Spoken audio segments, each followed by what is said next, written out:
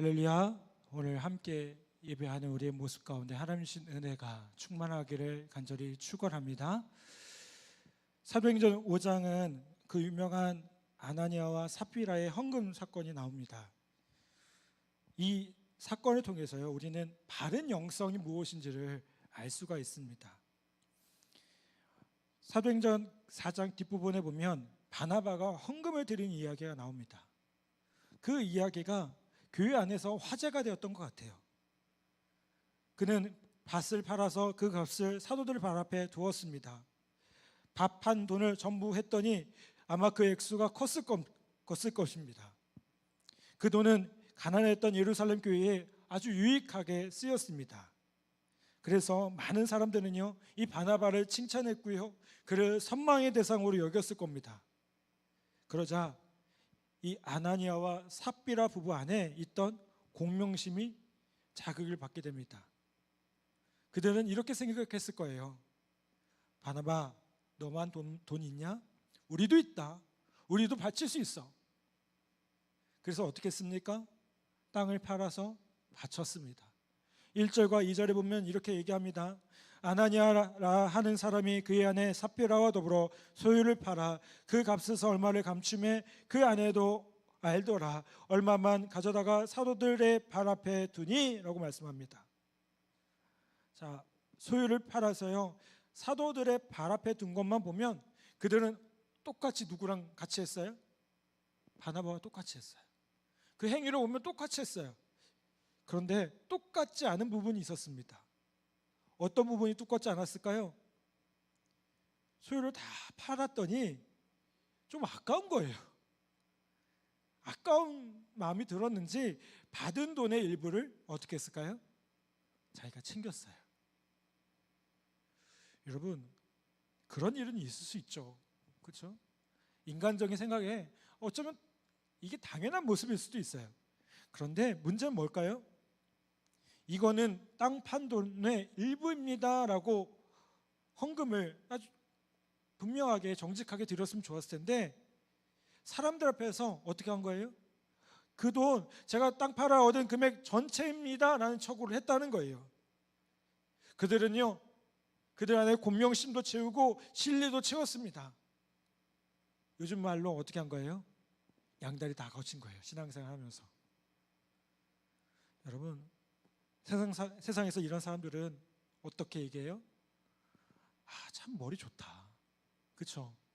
어떻게 그렇게 머리가 좋아? 아이디어가 좋아? 그런 생각이 들 거예요. 그런데 하나님 나라에서는 어떨까요? 이게 문제가 돼요. 인간적으로 머리 좋은 게요, 오히려 문제가 되는 거예요. 하나님 앞에 중요한 게 뭐예요? 진실함이잖아요. 하나님께서는요, 아나니아가 한 일을 속이는 행위로 여기시고요, 그를 징계하십니다. 3절부터 5절까지 보면 이렇게 말씀하죠. 베드로가 이르되 아나니아여, 어찌하여 사탄이 내 마음에 가득하여 내가 성령을 속이고 땅가 얼마를 감추었느냐? 땅이 그대로 있을 때에는 내 땅이 아니며 판 외에도 내 마음대로 할 수 없더냐? 어찌하여 이를 내 마음에 두었느냐? 사람에게 거짓말한 것이 아니오 하나님께로다. 아나니아가 이 말을 듣고 엎드러져 혼이 떠나니 이 일을 듣는 사람이 다 크게 두려워하더라. 여러분, 이 아나니아와 삽비라는요, 사도들을 속일 필요가 없었어요. 어떻게 하면 돼요? 진실하게 말하면 돼요. 근데 문제는 뭡니까? 속였어요. 그 일 때문에 하나님의 징계를 받게 되고요, 그의 영이 떠나는, 죽임을 당하는 그런 결과를 낳게 됐다는 거예요. 여기서 어떤 사람들이 이렇게 물을지 몰라요. 하나님, 아나니아가 한 잘못이 죽을 죄입니까? 이 죽임을 당할 만한 그런 죄인가요? 라고 생각이 들 수도 있어요. 그런데 여러분, 헌금을 속인 건요, 그들의 속마음이 드러난 작은 행동에 불과한 거예요. 여러분, 어떤 행동을 하는 데 있어서 그 행동 이면에는 뭐가 있을까요? 그 마음이 있어요. 우리가 그 빙산을 보면요, 빙산이 나와 있는 부분하고 감춰진 부분 있잖아요. 나와 있는 부분보다 뭐가 더 많아요? 감춰 있는 부분이 더 많아요. 여러분, 사람도 마찬가지 아니겠습니까? 사람이 어떤 말을 할 때 어떤 말보다 뭐가 더 많을까요? 그 말을 하기 위한 생각들이 더 많아요. 그런 말들이, 생각들이 쌓여서 어떻게 되는 거예요? 말로 표현되어지는 거예요. 자, 여러분, 지금 아나니아와 삽비라 사건의 본질은 뭐예요?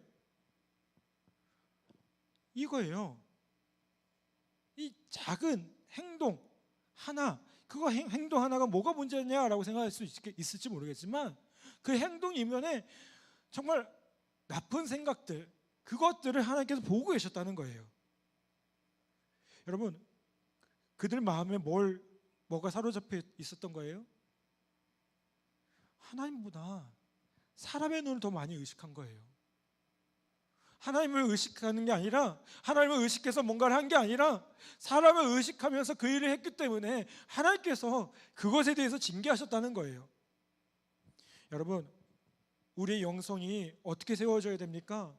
우리는 하나님 앞에 서 있어야 돼요. 이게 영성에서 참 중요한 부분입니다. 제가 지난주에도 말씀드렸지만, 우리가 예배 드릴 때 이 예배 가운데 누가 계셔요? 하나님께서 함께하고 계셔요. 아멘? 하나님께서 우리의 예배를 받아주시고 계셔요. 받고 계셔요. 여러분, 우리는요 늘 하나님 앞에 서 있습니다. 그런데 예배만 그런가요? 아니요. 우리 삶의 자리에서도요. 이게 영성의 시작이에요.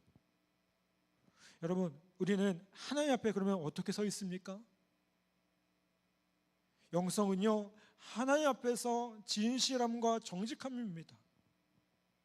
영성은요, 하나님 앞에 섰을 때 숨김이 없어야 돼요. 하나님 다 아시잖아요.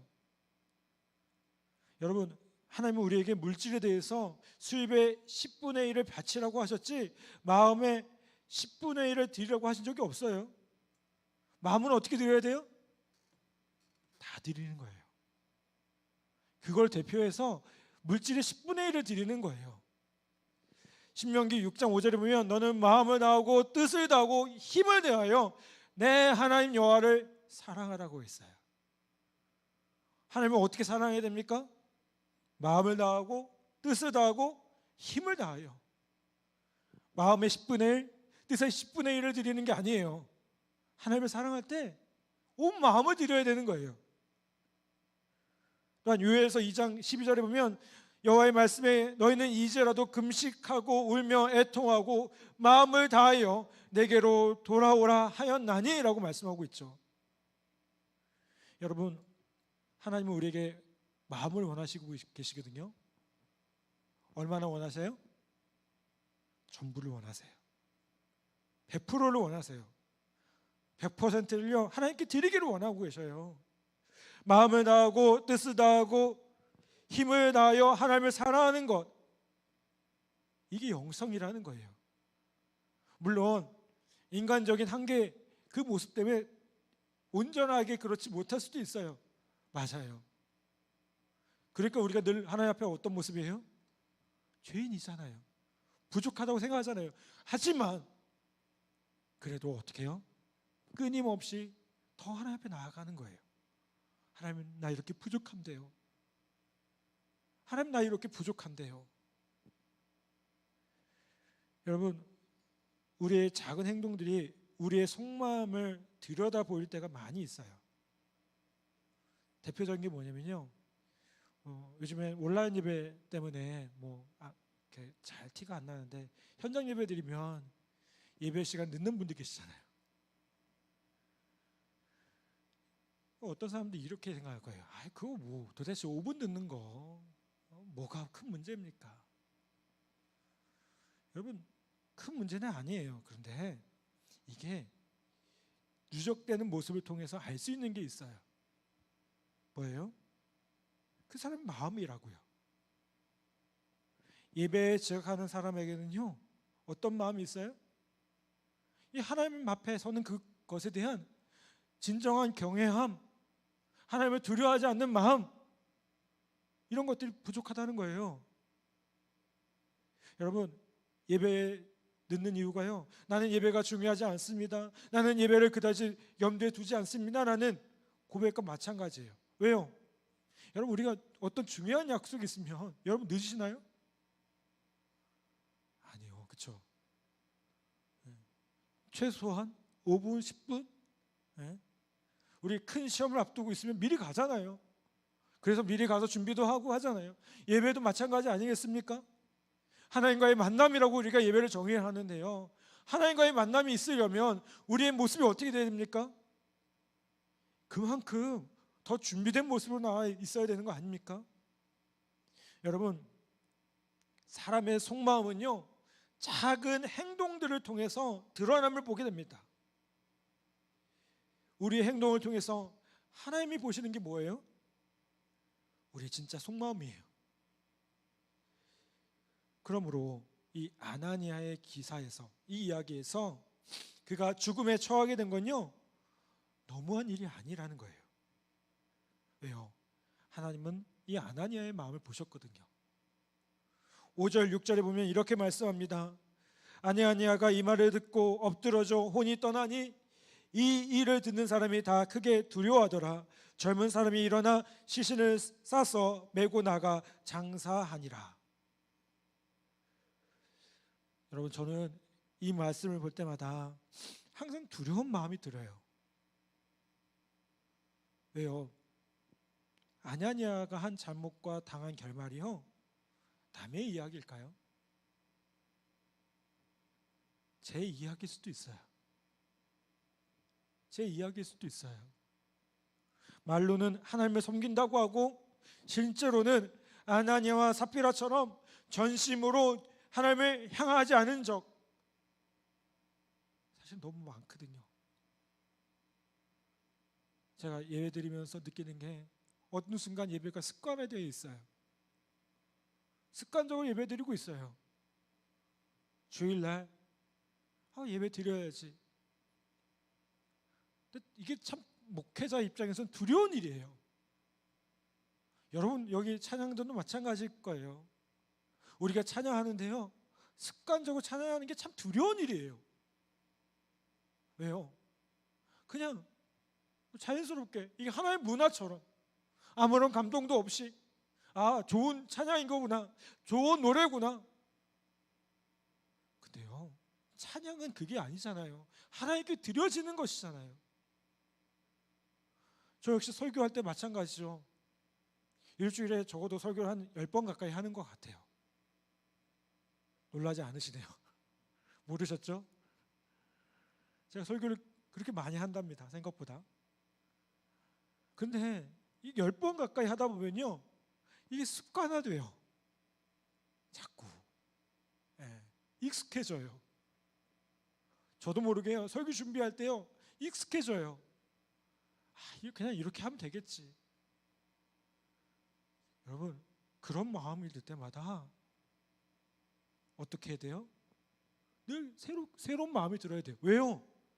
여러분, 만약 아나니아 식대로 한다면 저는 어떤 사람이에요? 이미 죽어도 골몇 번 죽은 사람이에요.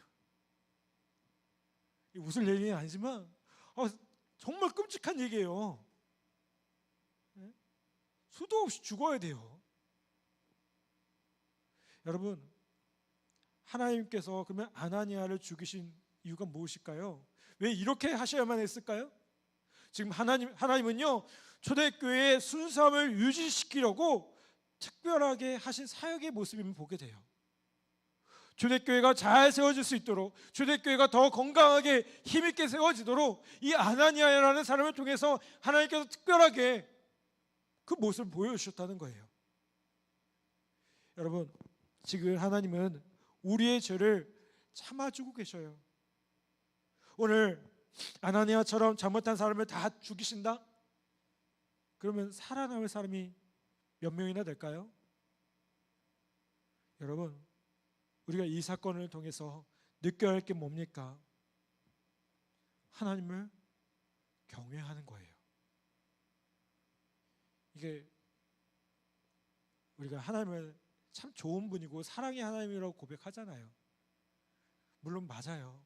근데요, 여러분, 우리가 하나님의 임재를 느끼는 순간 우리가 느끼는 게 뭐죠? 고백하는 게 너무 두려운 존재예요. 너무 큰 존재잖아요. 우리가 감당할 수 없는 존재잖아요. 이게 하나님의 모습이거든요. 근데 그럼에도 불구하고 하나님이 우리를 사랑하신다는 건요, 너무나도 귀한 일이죠. 복된 일이죠. 그런데 그렇다고 해서 하나님 무시해야 돼? 무시할 존재가 아니에요. 여러분, 두렵고 떨리는 마음으로 우리가 이렇게 고백해야 됩니다. 하나님, 제 진심이, 제 속사람이 주님께 온전히 드려지길 원합니다. 제가 하나님 앞에 온전히 드려지길 원합니다. 여러분, 영성이라고 말할 때 우리가 뭔가 대단한 거를 생각할지 모르겠어요. 아니에요. 우리의 말 하나, 작은 행동에 드러나요. 이건 행동을 잘하자는 의미가 아니에요. 우리의 마음에 무엇으로 가득 차 있는지를 점검해 보자는 겁니다. 여러분, 우리의 마음에 하나님으로 가득 차 있습니까? 주님의 사랑, 주님의 은혜로 가득 차 있습니까? 그 넘치는 사랑, 십자가만 바라만 봐도요, 가슴 뛰는 그 사랑, 그 사랑 얼마나 우리를 부유케 하고 그 사랑 우리를 얼마나 감동하게 하는지, 그런 고백이 우리 스스로 우리 안에 있는지를 한번 점검해 보기를 바랍니다. 여러분, 다시 한번 주님의 마음으로 가득 채워지는 그 사랑과 그 은혜로 충만하여지는 우리 모두 되기를 간절히 바랍니다. 또 영성은 뭘까요? 우리가 영성은 하나님 앞에 있는 것이라고 했지만 두 번째로는 뭐냐면 절망 속에서도 낙심하지 않은 게 영성임을 보게 됩니다. 자기를 힘들게 하는 그 환경, 어려운 그 상황들에 눌리지 않고요, 하나님 바라보면서 다시 일어나는 거예요. 이게 영성입니다. 일반적으로 초대교회에 대해서 완전한 교회라고 얘기를 해요. 근데 여러분 어떠세요? 이 초대교회가 정말 완전한 교회일까요? 어떻게 생각하세요? 아니에요. 그렇죠? 이 아나니아와 삽비라 같은 교인이 있는 죄와 문제가 있는 교회였어요. 역사상 교회가 완전했던 적은 한 번도 없습니다. 교회는 완전한 교회가 아니에요. 완전한 게 교회가 아닙니다. 목회자들의 목회자라고 불리는 유진 피터슨이라는 그 신학자가 있어요. 이분이 교회에 대해서 이렇게 말을 합니다. 교회는 나무 껍질과 같다. 나무 껍질에는 생명이 없다. 그러나 그것이 나무에 생명을 시켜준다. 나무 껍질을 없애버리면 나무는 병에 걸리거나 수분에 빠져 말라 죽게 된다. 교회는 나무 껍질과 같이 죽은 모습일 수 있다. 그렇다고 그것이 필요 없는가? 그렇지 않다. 그 껍질은 그 안에 살아있는 무언가를 지켜주고 있다. 교회가 뭐와 같다고요? 나무 껍질과 같다고요. 이 건물만 의미하는 게 아니에요. 그렇죠? 교회가 뭔지 아시잖아요. 예수 믿는 사람들 모임, 우리 모임이요, 우리 자체가 다 어때요? 어떻게 보면 나무 껍질과 같아요. 그 안에 생명력이 없죠. 그런데 그럼에도 우리가 모여서 예배하고 그 안에서 뭘 지켜나갑니까? 복음의 순수성, 이 복음의 생명, 이런 것들을 지켜나가는 겁니다. 여러분, 저는 이게 참 멋있는 비유라고 생각이 들어요. 우리 교회를 보면 멀리서 보면 괜찮을지 모르겠지만 어느 교회든 다 그래요. 저도 언젠가 얘기했지만 제가 목사 안수 받은 지가 이제 내년 되면 20년 돼요. 그렇게 보이지 않지만 여러 교회 군목으로도 한 10개 이상 교회를 섬겼던 것 같아요. 교회마다 문제없는 교회 없더라고요. 아마 초대교회도 마찬가지 아니겠습니까? 이 문제없는 완벽한 교회라고 보일지 모르겠지만 이 교회도 문제투성이잖아요. 이 뒤에 보면 또 문제가 생기거든요. 문제들이 계속 나오거든요. 근데요, 여러분, 이 교회를 문제가 있다고 해서 그냥 외면하고 그럴 존재인가요? 여러분, 교회에 대해서 우리가 자꾸 이상화하는 분들이 계셔요. 이상적으로 생각하는 분들. 교회는요, 물론 그 속에 하나님의 역사하시지만 아까도 말했잖아요. 나무 껍질과 같다고. 나무 껍질과 같다고. 교회를 이루는 구성원들은 다 어때요? 다 부족한 사람들이 모였어요. 저도 마찬가지죠. 저도 그 부족한 사람 중에 한 사람일 뿐이에요.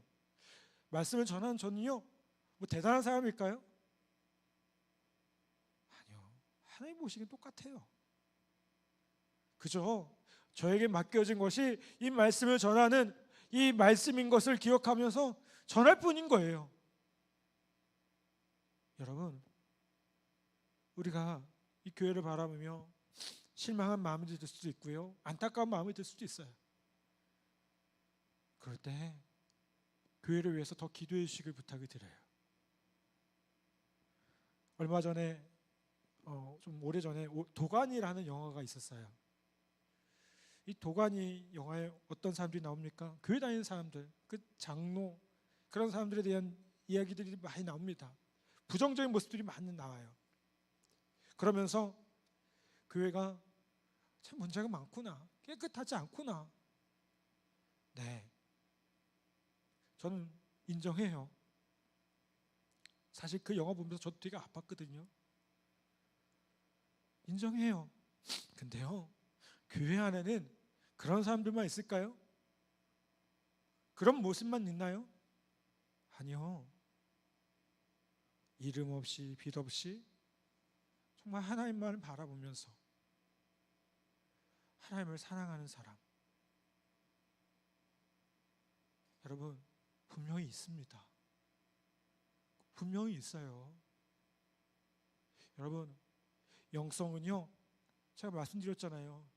최악의 상황과 환경에서도 낙심하지 않는 거예요. 이게 어떻게 가능합니까? 하나님을 바라보기 때문에요. 사람을 바라보는 게 아니라 하나님을 바라보기 때문에요. 여러분, 낙심될 때가 있습니까? 어떤 상황 앞에, 어떤 환경 앞에 낭망될 때가 있습니까? 여러분, 그러면 하나님 바라보십시오. 하나님 바라보십시오. 여러분, 영성의 사람은요, 좌절하지 않습니다. 낙심하지 않아요. 우리 성경에 보면 다니엘 알잖아요. 다니엘 어떻게 됩니까? 사자굴에 던져도 찬송했고요, 감사했어요. 다니엘의 세 친구는 어떠했습니까? 불불에 던져져도 좌절하지 않았어요. 그 절망의 불 속을 헤쳐나올 수 있는 능력이 있었어요. 사도 바울은 어떻습니까? 감옥에 갇혀요. 근데 거기서도 찬송했어요. 감옥에 갇혔다고 해서요, 낭망하지 않았어요. 여러분, 이게 진정한 영성의 모습인 것을 우리가 함께 꼭 기억하기를 간절히 바랍니다. 사랑 여러분, 우리는 다 부족합니다. 근데 부족하기 때문에 채워줘야 돼요. 주님께 그렇게 채워달라고 기도하기를 부탁을 드립니다. 하나님을 향해서 우리의 속사람이, 우리의 속모습이 정말 진실할 수 있도록. 부족하잖아요. 추하잖아요. 근데 이거 주님 앞에 다 드러나면요, 다 아시는 주님 아시잖아요. 다 드러내서 하나님 이거 깨끗하게 해달라고, 그리고 하나님 백성답게, 하나님 자녀답게 정말 그렇게 살 수 있게 해달라고 여러분 함께 기도할 수 있는 우리 모두 되기를 간절히 바랍니다. 또 우리의 상황이 아무리 어렵다 할지라도, 우리의 환경이 아무리 어렵다 할지라도 그 상황과 환경을 뛰어넘어서 일하시는 하나님을 바라보면서 그 하나님을 온전히 의지하며 나아가는 우리 모든 성도들 되기를 간절히 바랍니다. 코로나19로 우리가 교회에서 예배하는 것이 참 힘들고요, 어려운 상황입니다. 근데 참 생각해 보면 이것도 놀라운 일인 것 같아요. 왜요? 저희들 예배할 수 없을 것 같았는데 온라인으로 다 예배하고 있어요. 가정에서. 가정에서 다 예배하고 있어요. 이게 얼마나 놀라운 은혜입니까? 모이지 못한다, 우리 그렇게 얘기하는데요, 또 어떤 면에서 보면 모이고 있어요. 우리 교회 보니까요, 자꾸 뭐예요? 속으로 우리 뭐 티도 하고요, 뭐 어성경도 하고요, 이런 것들 통해서 자꾸 뭔가 성장하고 세워지려는 모습들이 분명히 있어요. 여러분, 저는 그 귀한 모습들에 하나님의 은혜가 더욱 충만하기를 간절히 바랍니다. 더 그렇게 세워지기를 바랍니다. 낭만만 하지 마시고, 불평만 하지 마시고, 부족한 모습이 있지만 그것들을 온전히 채워가면서 하나님이 일하시는 것들을 바라보면서 더 귀하게 나아가는 우리 모두 되기를 간절히 바랍니다. 여러분, 분명한 것은 하나님은요, 절망할 때에도 고난할 때에도 일하고 계셔요. 여러분, 우리가 그 하나님을 정말 바라보면서 하나님을 의지하며 다시 한번 힘있게 일어나는 우리 모든 성도들 다 되시기를 주님의 이름으로 간절히 축원합니다. 우리 한 주간의 삶 가운데 어떤 고난과 시련에서도 더욱 힘있게 다시 한번 세워지는 우리 모든 성도들 되시기를 주님의 이름으로 간절히 축원합니다. 이 시간 우리 함께